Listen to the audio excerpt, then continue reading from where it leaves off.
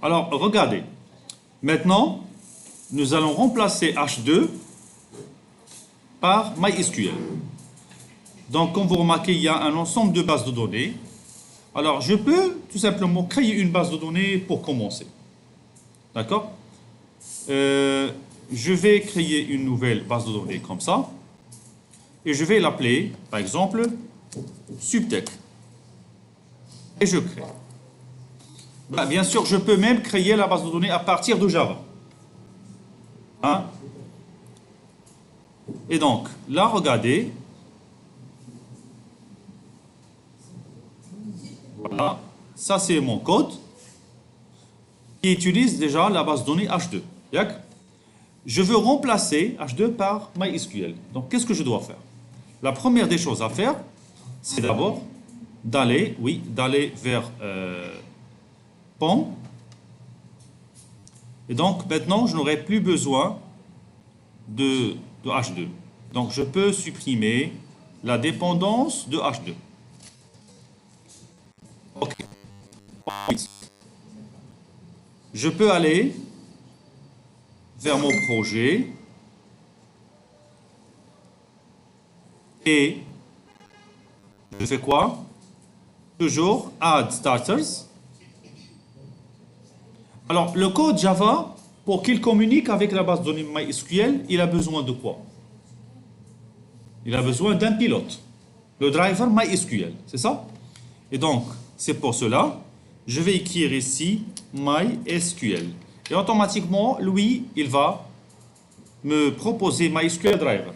Si vous avez une base de données SQL Server, vous écrivez SQL Server, SQL tout simplement. Et là, vous voyez bien sûr un ensemble de bases de données.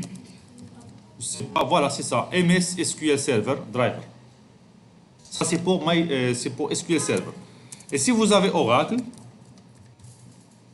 voilà, vous avez Oracle Driver. Donc, généralement, la plupart des connecteurs JDBC, il existe ici. Moi, je vais utiliser MySQL. Voilà. Et je coche, je l'ajoute, et puis Next, jusqu'à ce que je termine l'intégration de la bibliothèque. Alors, comme l'habitude, regardez qu'est-ce qu'il m'a demandé. J'agrandis un petit peu pour vous mieux voir. Ça, c'est mon driver MySQL. Donc, je clique sur la flèche pour ajouter parmi les dépendances. Je clique maintenant sur Finish et j'attends le téléchargement. Généralement, le driver MySQL est un peu léger. Ça ne dépasse pas généralement 2, quelques mégaoctets. Bien sûr, ça dépend de la version. On attend juste un petit moment et après,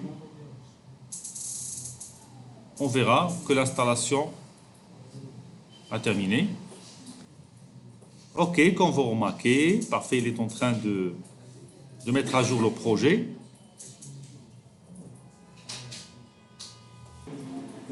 Voilà, donc comme vous remarquez, donc il a terminé l'installation du driver. Alors maintenant, regardez. On est presque terminé. Il reste quoi? Il reste seulement d'ajouter les données de configuration. On a MySQL. Vous savez très bien que pour accéder à MySQL, nous avons besoin d'un nom utilisateur et d'un mot de passe. Donc là, il faut définir ici dans Spring. Donc on définit ces paramètres où, regardez, c'est à l'intérieur d'un fichier spécial qui se trouve dans le dossier source main ressources.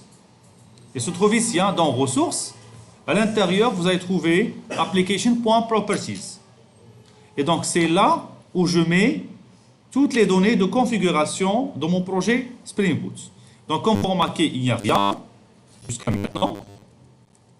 Et donc, comment je peux configurer l'accès à la base de données MySQL? Donc, je dois définir la base de données d'abord. Je dois définir le port de MySQL, le localhost, ou bien la machine, user, le mot de passe, et encore d'autres paramètres que je peux... Alors ça, ce n'est pas une chose qui s'apprend par cœur. On doit toujours revenir au référentiel de Spring Boot.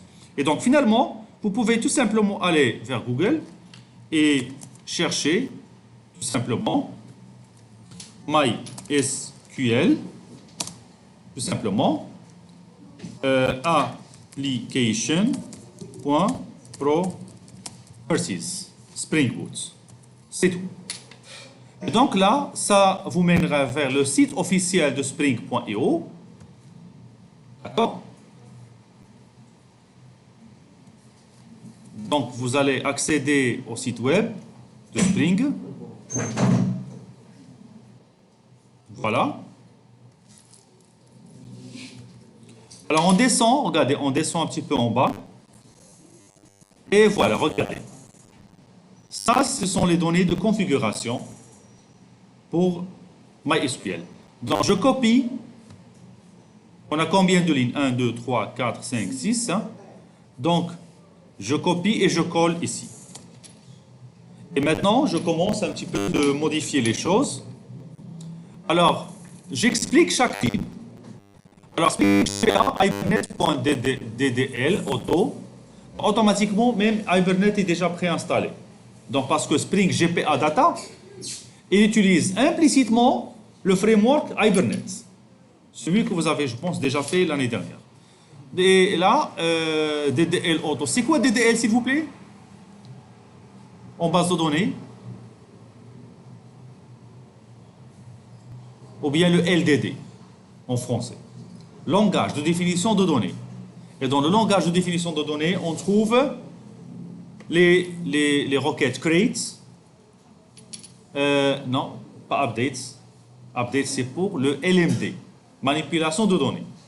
Langage de description de données.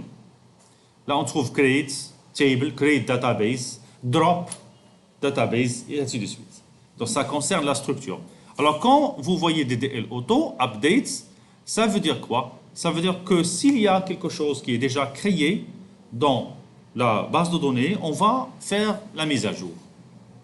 Donc, on met updates. On laisse les choses comme ça. Et après, je définis la chaîne de connexion à MySQL. Je dois définir quoi? D'abord, le serveur. Et je laisse localhost. D'accord?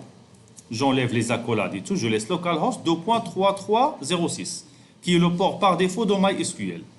Donc, la base de données s'appelle comment chez moi? Subtech. Voilà, c'est tout. L'utilisateur, chez nous, c'est root. Et bien sûr, le mot de passe, ça dépend de vous. Ça dépend du mot de passe que vous avez fait. Chez moi, c'est vide. J'ai laissé les choses par défaut. Et le driver class name, c'est ça. On laisse aussi par défaut. Il y a une ligne commentée. J'enlève les commentaires. Pourquoi? Pour voir les requêtes SQL qui seront générées par Spring Data.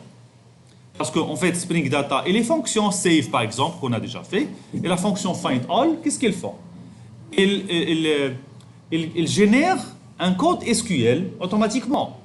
Et si vous voulez voir le code SQL généré, il fallait juste décommenter cette ligne. Et laisser voir, avec true, laisser voir show SQL, ça veut dire voir les requêtes SQL qui seront générées automatiquement. Et vont être affichées en bas, d'accord, dans la console. Bien, j'ai presque terminé. S'il y aura un problème, ça pourra être lié à la date ou bien au faisceau horaire. Ça, c'est une autre chose à savoir. Donc, je vais aller vers mon projet. Je vais faire un redémarrage de Spring. Vous allez me dire pourquoi. On a déjà fait DevTools.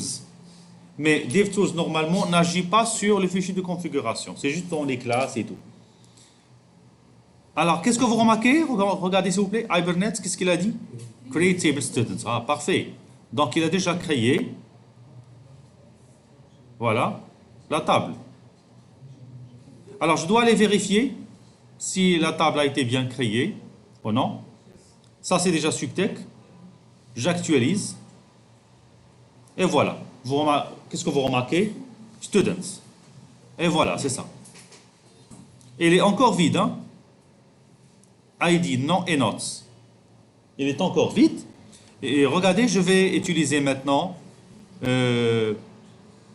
post pour ajouter, par exemple, Saphir. Send. Je vérifie dans la base de données. J'actualise.